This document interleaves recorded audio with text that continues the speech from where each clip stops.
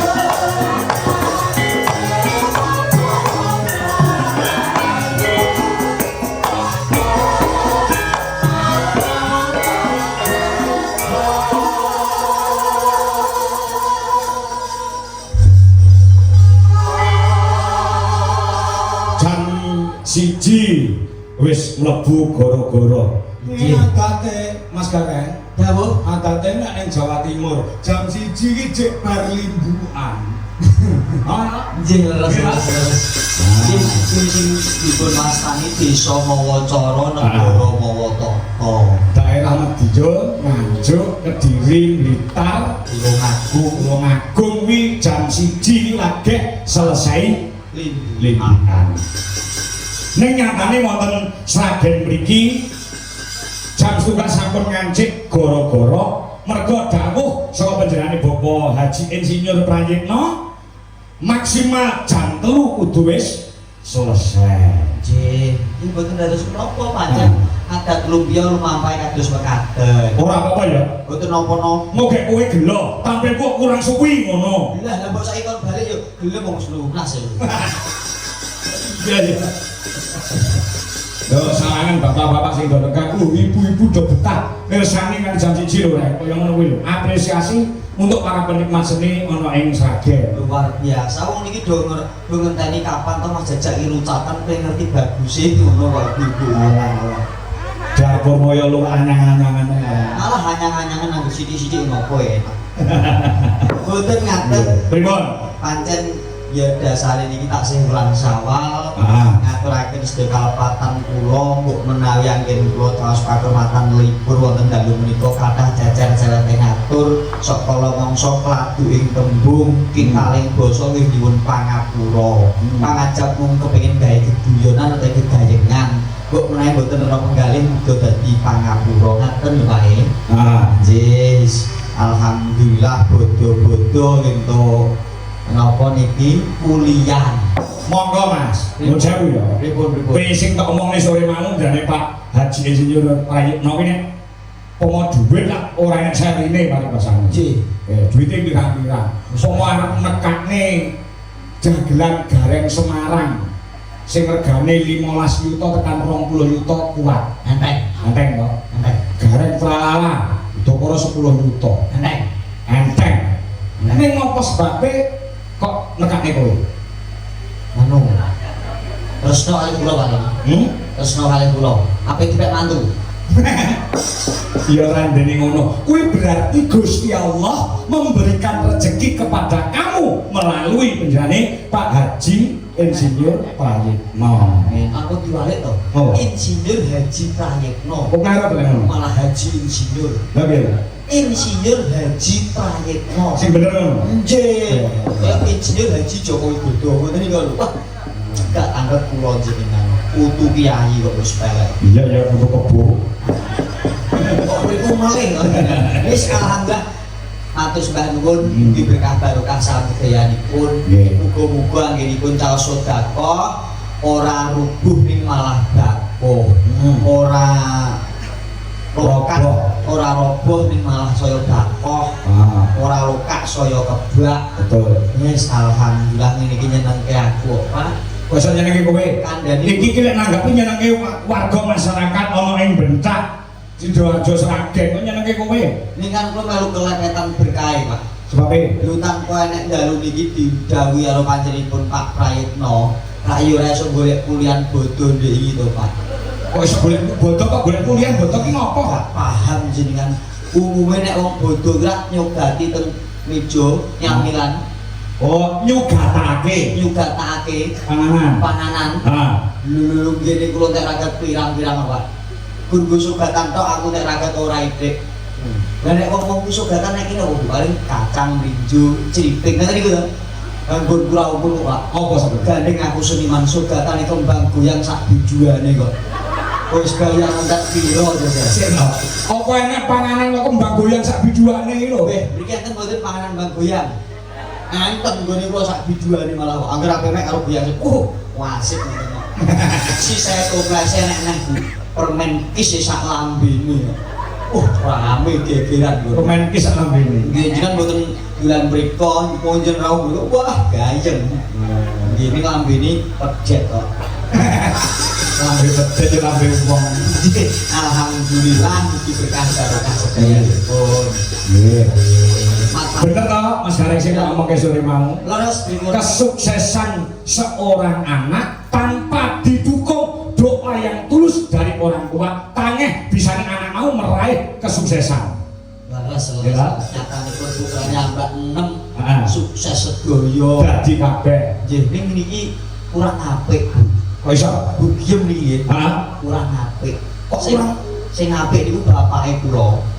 Bapake kula niku yogane 4. Hah? Sing 3 sukses kabeh, sicok digoblokne. Sik. Berarti nek duwe anak kuwi salah siji kudu digoblokne. Digoblokne bugiem. Sik, dasarmu apa? Iki tak rungokne tenan, omonganmu iki tak rungokne tenan. Lah aku nek ra dulur Umume seorang orang tua kuwi nek duwe anak papat dipinterke kabeh, duwe anak 5 dipinterke kabeh, 6 dipinterke kabeh. Kok digoblokne sing tok ki dasarmu apa? lah bugiem pun kraos ke piyambak to, putrane rak 6. Ah. Sukses kabeh. Ah. Enek sing ning Jakarta, enek sing ning Jaten, Ah. enek sing merantau. Lah terus nek jenengan sepuh sing ning omah sapa? Jajal nek sicok mbok goblok nek tengok-tengok omah ngopeni jenengan teko tuwek. Oh, berarti kudu digoblokne siji. Goblokne siji Gen nunggoni ning omah. ning omah. Mongko sing nang kene iki enek siji lho. Cinten. Mas Giatno. Berarti sing digoblokne Mas Giatno. Muni awe. Mas Giatno iki wong pinter, Kok iso? gelem ngomong ibuke kok. Aku pengen goblok wong mas. Labemu. Barang tekan tak oyak tenan yo bingung ngono lah. Lah sing gowo bendaharane iki mau dipasangno Giatno. Sing ngebel kowe Mas Giatno to? Nggih. Heeh. Ora takon aku ngono kuwi, ngebel kowe ora takon aku.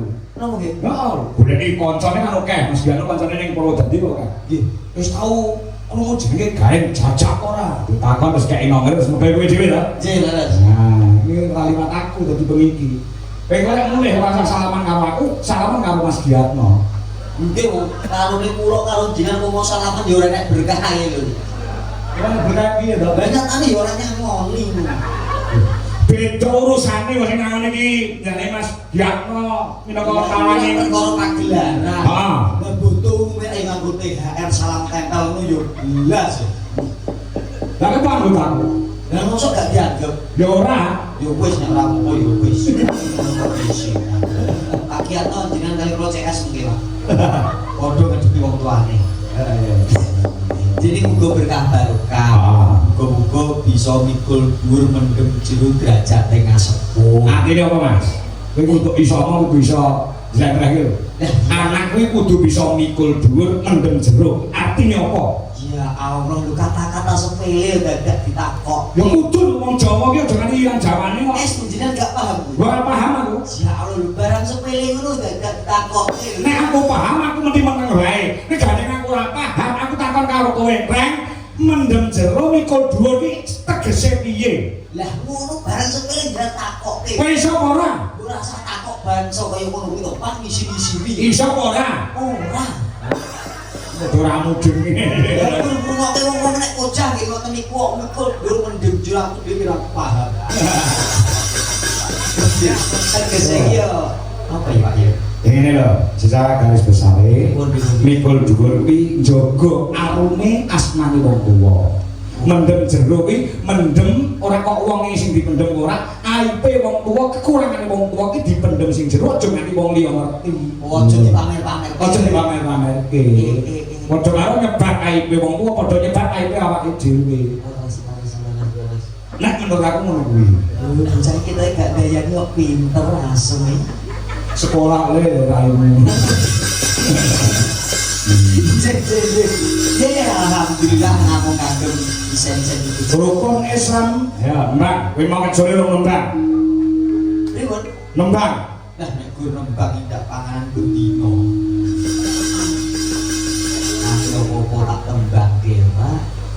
Rukun Islam. Ngoten iki lho. Ah, Pinter aku guru. suaranya ya apik.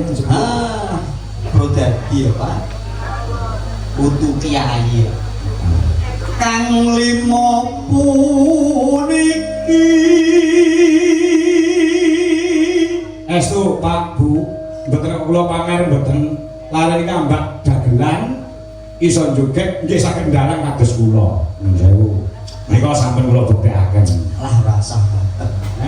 Mboten sah mboten. Iki tak umbulke kok. Alah riku apa ya. Untuk kiai mriki sudah paham. Paham ya? Paham. Kalau istimewa nggih.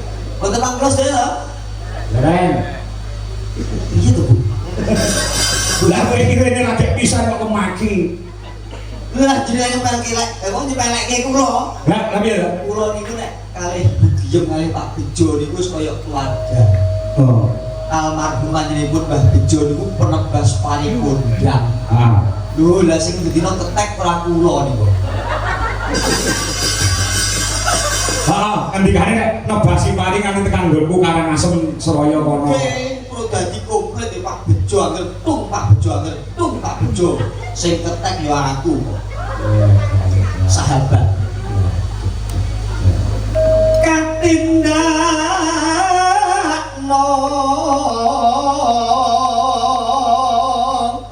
mring para sesama.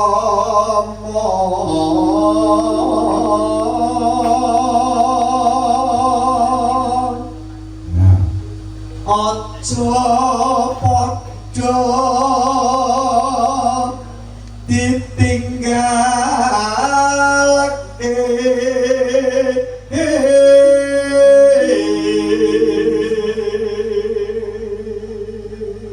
apa-apa ki nek mangan sate ki enak. Nek kakean kok munek-munek. Leres. Suaramu pertama apik, nek kakean kok weteku munek-munek kudu muka. Aku sampe ngancani si Den Wisita, ayo Mbak, arep nocompe kancamu gen ora swara lanang tok. Kowe lek krungu suarane wong lanang keri. Kowe ngrungokne suwantene sing beda. Ah, ya nek ngomong krungu suarane sing wedok ya lunga ngopi. Dadi nek kowe Dangke kok ojo tak sio kalih kula. Putu ki ayo tidak sih. La ilaha illallah dulur wedok.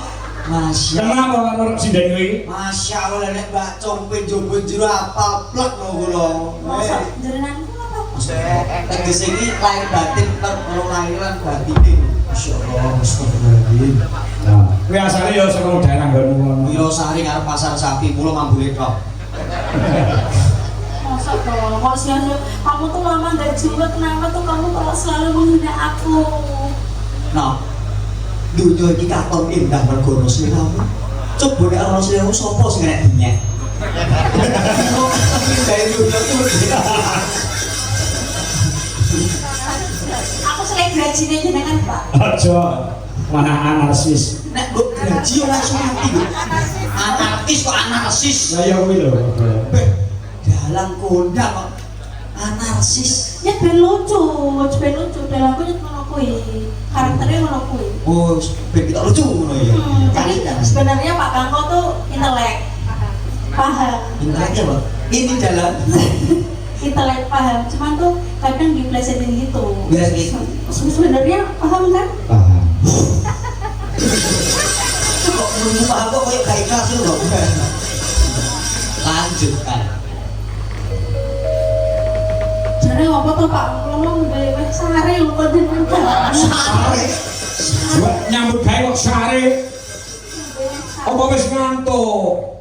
Biasanya kan yang penting bar harus di masjid kulon tadi ku bobo. Cek lho. Kowe bar apa? Darus. Garus. Pati kae rapal kok garus. Padamu. Loh, kamu jangan sepelekan aku ya. Ini. Allah itu sangat mencintaiku. Tenang, kowe cinta karo apa?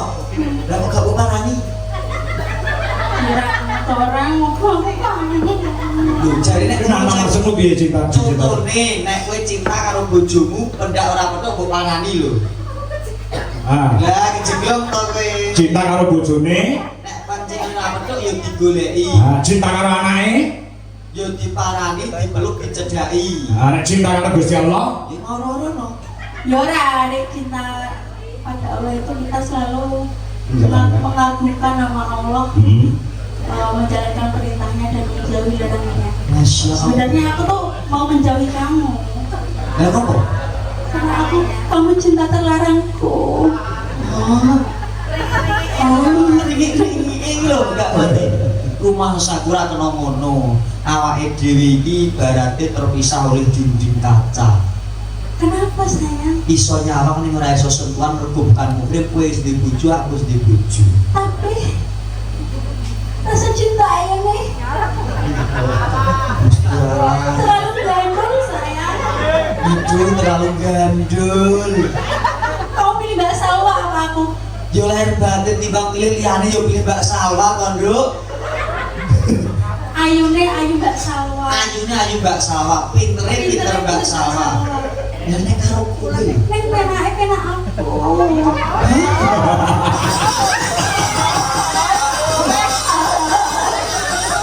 Nek niki kula mboten muni wani muni nggih mboten wani. Apa? Ayo numpaki. Lha motorku sing anyar kena yo Cik, digo bojomu. saya ngomong mau cintaku kepada kamu, apa dinding kaca apa? Maksudnya terbelah dinding kaca ki piye? Tegese iso nyawang ning ora iso ndemok mergo ono kaca. Oh, tak kira kene kowe ning jaba terus dhek ning jero kaya ning akuarium. Aku ngomong ancen ngono tenan yo ibarate koyo ikan sapu-sapu. Kowe kacamu-samu. Lah iso bersih kaca. Oh, yang ngemplek. Kata-kata dia Pak, sandiran dong. Pilih aku. Pada apa? Ya kacete nek wong ayu lah bocah. Ah, guyu yo manis.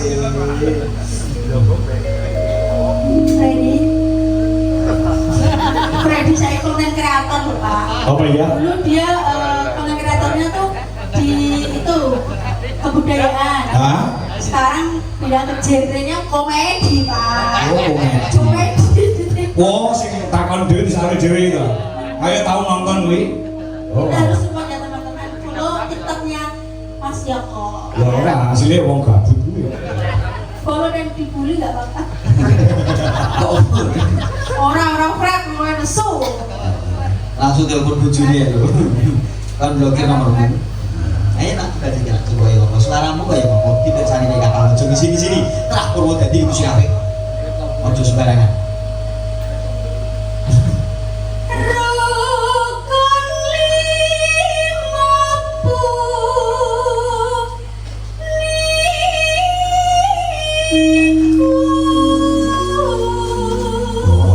Masya Apik ta suarane. Allah. Nelok tenan ning sing gumun siji aku Pak. Apa? Kejaba suarane apik. Hah? Menungso kok iso tukul wit lombok lho. Endi? Lha betul-betul ki gak lombok. Iki Ini aksesoris Wong tak kira saya. lu maaf kan aku gak paham loh. Ah jangan marah lah. Matanya tuh. kuwi penangan petir. Oh benar. Nek udan dinggo sing sambar petir get ora ndase. Ya ampun galak-galak toh. Iya. Biasanya ini cengkok itu tuh cengkok ngaji. Cengkok Jawa kayak angel banget. Sing kok ngaji Bang Jas. Tidak mengaji gak apa-apa. Boten, Lah iki pun rukun Islam lho. Iya cocok iki. Kita ngaji coba. Tak ingin krungu aku. Fatihah apa lho? Sahadate kang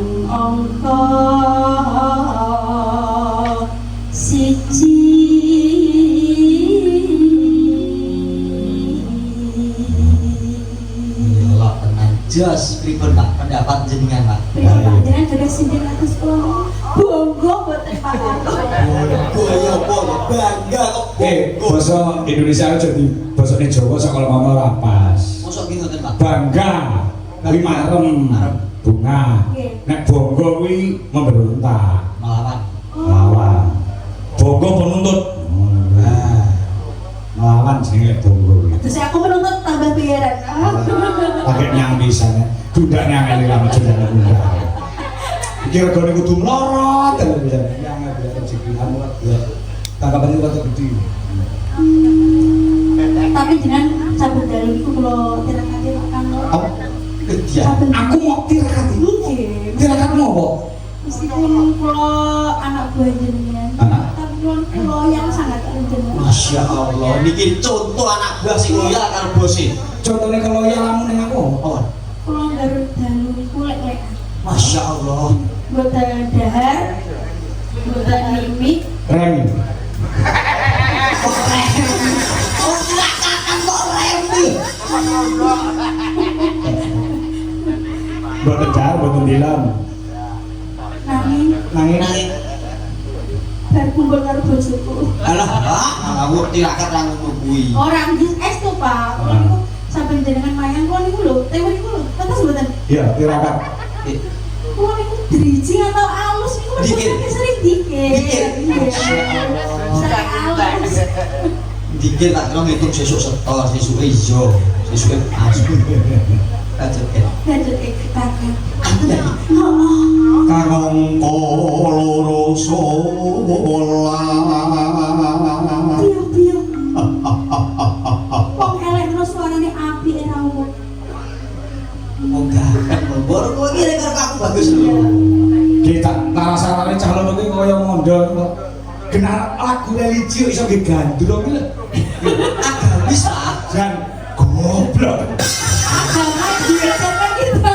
Iki lagu religi lho. Ya. Ayo dong, kowe saiki nembang sing romantis, rukun Islam matane. Wis jeneng agamis ki ora kena nggih gandrungan. Fokus. Lah yen ing tawang kok. Wong bagus lho. Yo. Ayo.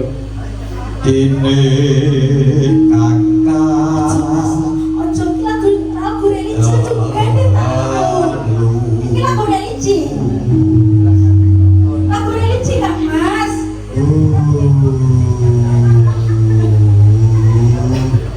Aduh, bari tak kelok panas wah. Kebul modelnya. Lah apa?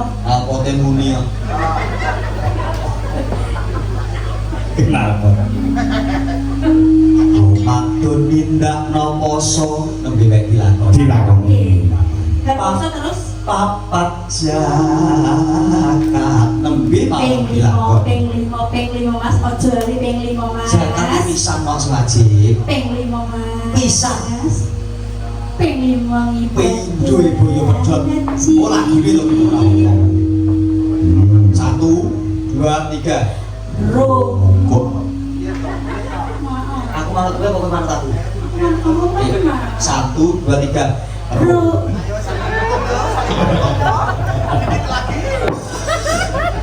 Waktu kita mepet. Sayang. Ojo ru. Aja 1 2 3. Rukun Islam sah.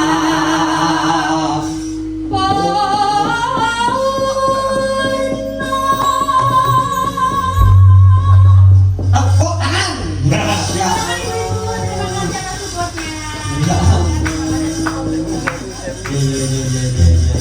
Mama manis hari ini ya tadi ya Bu.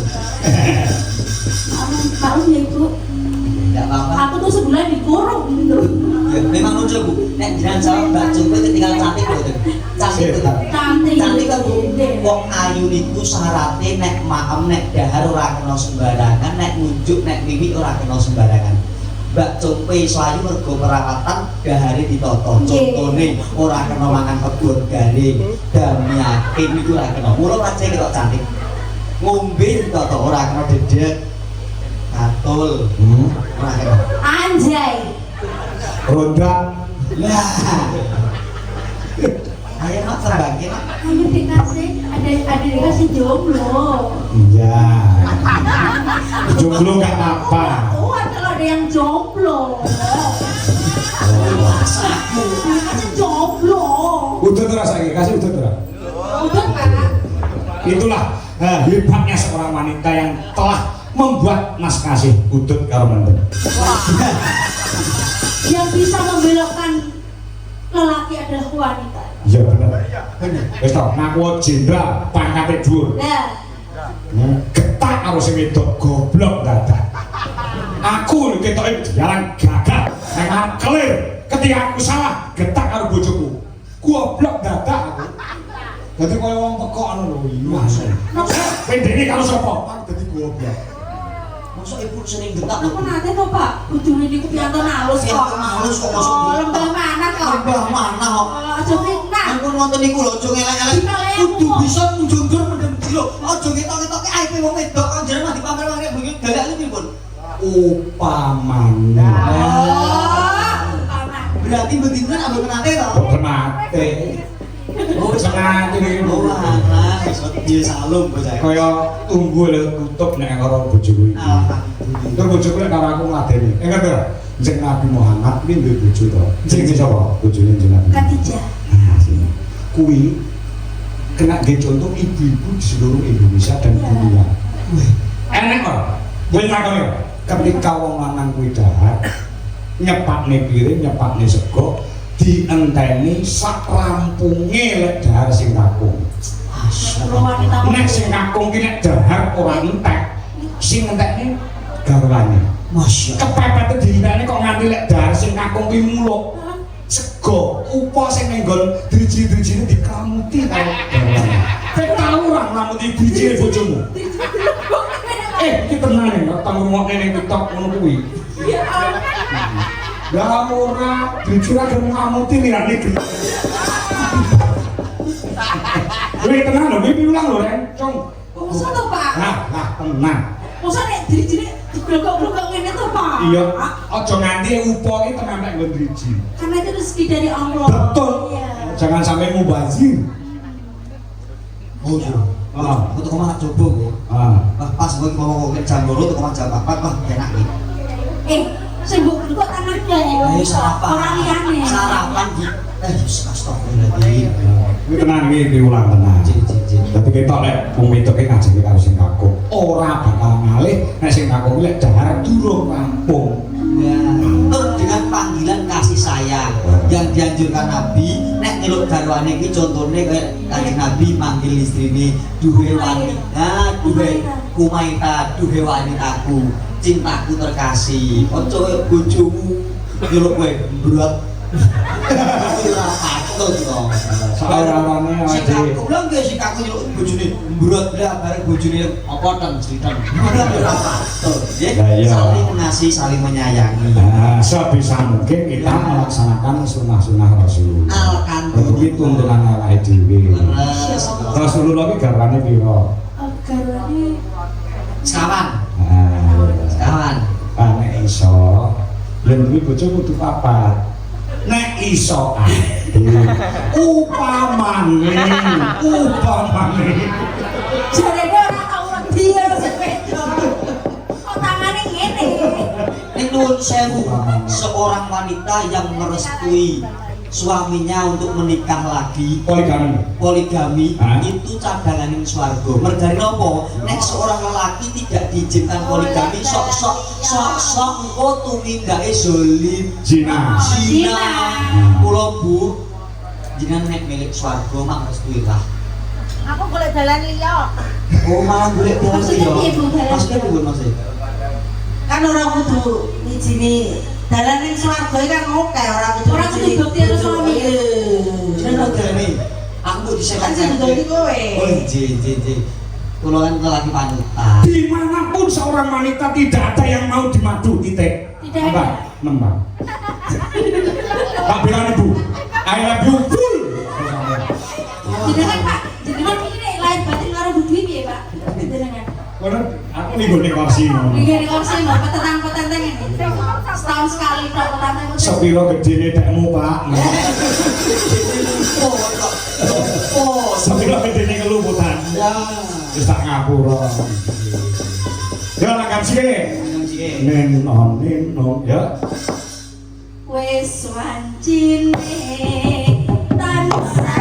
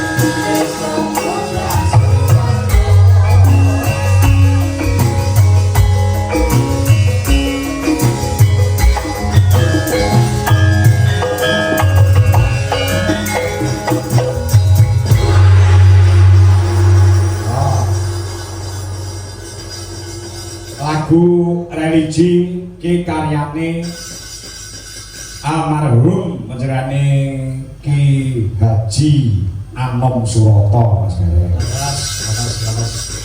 Ya sang maestro Indonesia wis kelangan maestro pedalangan yang sangat luar biasa. Siji menjadi Ki Ageng Haji Mantep Sudarsono Karanganyar, sing loro menjadi Bapak Haji Anom Surata. Awake dhewe selaku dadi generasi-generasi sing siap untuk meneruskan perjuangan beliau-beliaunya sing wis ngadeg ana ngarsane pangeran. Ya, Bu Dewi. Ngadeg apa, Bu? Istriku yang sangat kucintai. Iyalah. Ketara kok. Heeh. Romantise ketara. Esemane ketara. Nek nyawa karo mesem kuwi berarti tandha tresna. Ya. Ngene iku ya. Juga Biyen tak jak rekoso lho, Rek. Lah kula niki 3 tahun kita jak ngontrak-ngontrak omah ngono dhisik, wong urip gablek apa-apa. Udakara Barabi ya Bu, tahun piro wae? 2007 ya Bu. nggih 2007, 2008, 2009 kita jak pindah-pindah omah ngono, kaya rong di omah. Lah kula niku dadi tonggak sejarah. Iya. Nek nalikanipun nun sewu jenenge wong omah-omah ora luput saka padu. Lah nek nalikanipun padu sing dieling-eling ya bangsa sejarah sing kenangan-kenangan indah kaya ngono kuwi. Oh iya, biyen tau tak jak rekoso kok mentolo tak tukari. Insyaallah apik. Ya. Kucine wong omah-omah iso langgeng sejahtera, sakinah mawaddah warahmah mung loro kae. Apa kuncine wong omah? Kuncine wong omah-omah iso langgeng selawase janji. Sing wedok gampang muni matur nuwun, sing lanang gampang nyuwun ngapura langgeng selawase. Mergo napa nek diwehi kaya sithik akeh wong wedok gelem syukur matur nuwun, wong lanang bangga. Nek wong lanang gelem njaluk ngapura dalanan, wong wedok gampang njaluk menang. Insyaallah omah-omah langgeng selawase. Conto niku. Kowe ora tau padu karo bojomu ya? Lain batin ora tau padu. Wah, sebabnya Bojoku gendeng. amin. Allahumma amin. Sabar. Lah iya. Iya. Alhamdulillah dia orang kita biasa prokiran iso omah dhewe panggonan sing bahaya jembar. Alhamdulillah. Ya Bu ya, kelingan dhisik jalan semono. Aku kaya nangis-nangis wayah poso ora duwe dhuwit. Arep buka bingung arep sing dipangan, aku ngedol mixer cilik Berenzer wae. met berenjen Berenzer rega 600.000 kanggo buka karo bojoku. Aku ini ora kok mesake ora. Apa? Malah gur bayangke. Ya ini gede duit nangis itu opo. tapi Pak Kangkos sebenarnya orangnya cengeng loh. Musuh nggih. Nggih, galak keras tapi cengeng. Ya sok gampang nangis. Nggih. Oh nek sing kula karo mbok wedok sing gampang nangis mbok wedok. Lah nyapa mbak apake? Aduh. Lah aku gendeng kok. Ya itulah lelaki. Nek nganti ana wong lanang kok nganti neteske netrane mergo ngrembug perkara rumah tangga, itulah lelaki yang tulus dan setia. Omongane garek ngono. Jenengan tulus lho, Pak. Tulus. Lah, kowe biayi aku kok nganti neteske eluh mergo ngrungkepi rumah tangga, mikirke rumah tangga ini berarti lelaki yang tulus dan setia. Ojo bocor, ojo nganti pisahan mergo nuwun sewu. Seorang rumah tangga perceraian itu tidak haram, namun dibenci oleh Allah Subhanahu wa taala. Besok kita pakai neraka jahanam iso. Salah nek nunggu ngono aku nyang aku ki. Pak Kangkos sing mbok ono ning udune. Lha jeneng sak omah to? Lha kok tak tuturi ngono kono kira-kira Ya jero langsung kono aja nyang aku. wong omah-omah iki nek dijadi sapa aja nganti pisah siji lho selawase. Mergo perceraian itu tidak haram, namun dibenci oleh Allah Subhanahu wa taala. Besok dipapani neraka jahanam sing iso dhewe. Kowe ngerti ora? Pripun? Aku ora bingung ya. Mboten ngertos. Itu. Berarti hidupane aku ning neraka ora ini. Oh nek gelem tobat besok juga nang swarga. Berarti wis dibenci ping pindho ya. Boleh aman kok Pak ya. Sing ketiga iki ora beramal. Ini nek gelem tobat besok diangkat swarga. Tobat ya ini wis ngantok. Mergo apene ora katentek kok. Aku ki ngontrak omah gede ra kuat. Ngontrak omah Tarumnas tipe 19. Tipe 21. Tipe kok 9. Ibu 9 Kalau lagi mau 2 meter, musuh 3 meter, yakin nih, begitu. Itu getes-getes lah. Ya itulah perjalanan hidup. Saya ini gamelan rong perangkat wayang yang orang kotak. Masya Allah. Alhamdulillah. Kalau bilo, dera anakku melun aku, contohnya bapak atau ibu. Ojo nek contohnya ibu monggo nek bapak ojo ping 3 lho Le. Elak di, Presi. Ya, Dedek. Yo, Nyidro Asmoro. Wah, Nyidro Asmoro. Nyidro Asmoro. Di karyanya Mbak Suprojuwoto. Jadi, gitar. Buatan bawa lah. Di bawah ini. Mengke sampai motor berada. Nutut jam telu bareng. Gue cara telu ini dinyanyi bisa selesai. Yo, di bawah ini sih aku pengen suwi lah kamu suara. Pas nembang maksudnya, pas aku ngomongan ke pas nembang. Ibu. Medeseni hangling termo. Pun Pak, niki mau ono jujur kita. Ora, jujur sih. apa tau wong wedok ki apa tau? Arep gunakane asine mur padha. Oh iya jenengan pun tau rasanya aku belum tau kok. Ya aku beli padha, aku yo beli cocok kok. Jajal lo. Jajal lo. Nanti ragat. Sitoke gendeng. Cinta gendeng. Wis tak mimi kudu kene alati. Wis. Nah, nek karo aku ki ngajeni, aku mangan disiapi ning meja kok dahare, Pak. Masya Kaya Allah. ngomong kuwi nek karo aku ki basa mlithit pas enek daya tok. Kira ki yo nek gendene kok pas nek jaya. Nek daya ki basa mlithit sih. Nek daya mulih ninggali panjer utawa ninggali dhewe nembane kowe bilang. Hei, dek ini gorene, Bro. Agak sopeng paragon. Ragati wong wedok iki. Ragat yo enggak. Wah, tanggung jawab wong lanang. Nyet skincare, wah, larang. Emang samu piye? Enggak, kula badhe teng Paragendin. Nah, iki skincare. Iki mesti 5 juta iki. Berarti jenengan Nek ayune bojoku sing ngawang yo aku gitu lho. aku yo nyawang no. Ya apa pun aku lah ning dia. Wah, cokot sisan itu. Anak cinta. Lek nembang iki suarane kaya diseret ngono. Ana cerita. Jangan marah bisa. Tingkai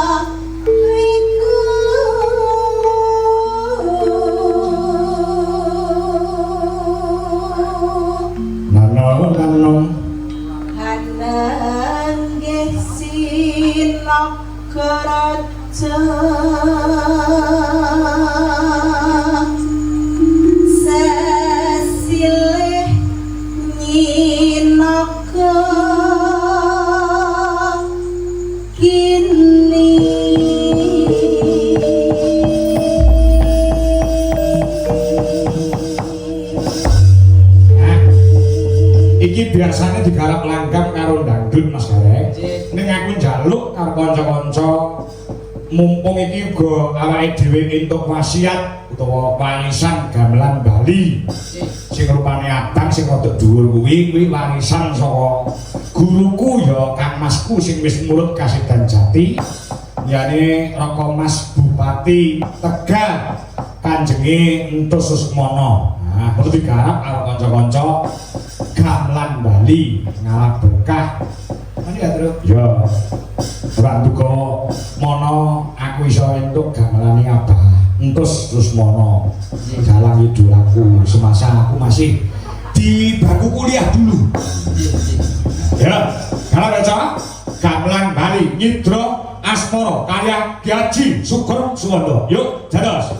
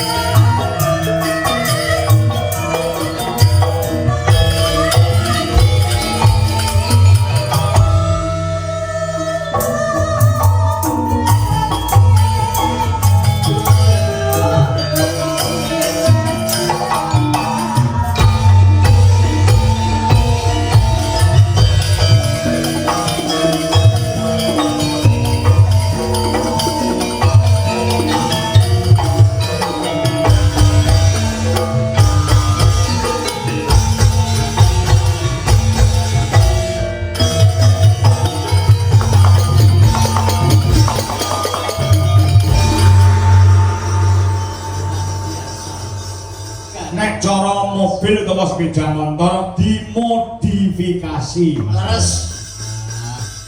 Lah nek cara gamelan di aransemen. Sebenarnya lagunya sudah ada, tapi iringannya. Nah, dikei aransemen baru supaya cara panganan kuwi luwih enak. Ijin, luar biasa matur. Kandhanipun kanca-kanca Dwi Jalalas Indonesia. Nah, niku. Nah, mengke badhe kula suwuni senjata pitulung kanca-kanca. Tanggal 12 omah layangan. Nyambat ya terus. Nah, ngangkat kanca-kanca. Kok dalange 30 Mas Gareng.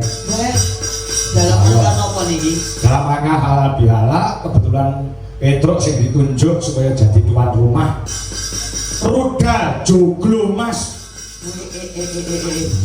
Rudal joglo Mas. Rudal kuwi saka tembung rukun dalang joglo Mas kuwi Jogja, Solo dan Banyumas. Masya Allah. Dari Solo ada 10, dari Jogja ada 10, dari Banyumas ada 10. Nah, Solo ono Mas Bayu Aji, ono Mas Cahyo Kumpadi dan lain-lain. Pokoknya pentolan-pentolan joglo Mas kowe iso kumpul ono ing Sanggar Dwi Jalalas Indonesia. Sawahe nanti ratane terus. Ya, boleh menawa biaya ini kersa mirsani monggo katuran rawuh wonten ing Karangasem, Suraya, Jaten, Karanganyar, wonten Sanggar Dwi Jalalas Indonesia utawi wonten gubukipun pun Petruk. Saya nek gelem ngekeki donatur. Ngono menawa. Tapi dalang iki ditarik urunan 250-an rek. Oh, malah ngaten. Yo. Pirunan. Jadi gue acang untuk silaturahmi antar dalang Jogja, Solo, Banyumas. Jadi sing ragat kanca-kanca dhewe. 250-an. Wis pokoke diajak silaturahmi ngono bae. Yo. Wanda terus Farija dan Mbak Wiwi Irnawati. Cocok. Seumuran bertiga ini. Nah, ya dhewe jumeneng ayo. Jumeneng siki Wiwi saka asli Madiun. Sing saiki wis duwe omah ana ing ngendi perumahanmu ing ngendi Wi? Celep Pak. Celep ya? Jaten. Celep Jaten. Terus Om Fami saka Sidoarjo, Surabaya. Nek Wanda kuwi ngendi? Ndak? Ngawi Pak. Oh, Ngawi. Ngawine ngendi? Balikin meneh to. Ora Ngawi lek enek kecamatan 7, kecamatan 8. Songo, Likur, Kecamatan ngendi? Jogorogo. Desane? Dawung. Oh, dusune? Dungkul Pak. Pukul? Dungkul. Oh, Dungkul. Dungkul kok dungkul. Wah, kono mijangan Pak Wirosari. Kurang takon nak kowe. Sudah selesai S1, Wanda? Alhamdulillah sampun Pak. Setelah selesai di bangku kuliah, apa program dan cita-cita selanjutnya? Cita-cita ini masih direncanakan Pak. Masih diusahakan. Oh, diusahakan. Rangka pengen rapi? Dereng. Sekali Pak. Tasih alit. Masa semono cilik. Ini masih usia belia. Belum cukup umur untuk menikah biar menata masa depan yang bagus gitu loh. Wow.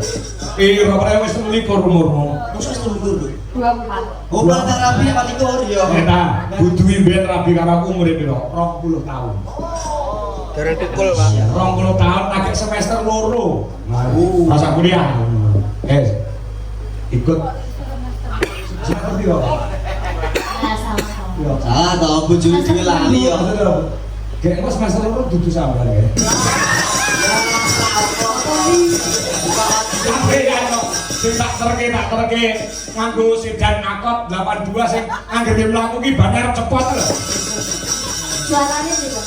Heh? Suaranya sedan. Ya anggaran kuwi grotok-grotok. Iki sedan kok kaya ngene. Tak dol rong duwe tambah. Semoga papa.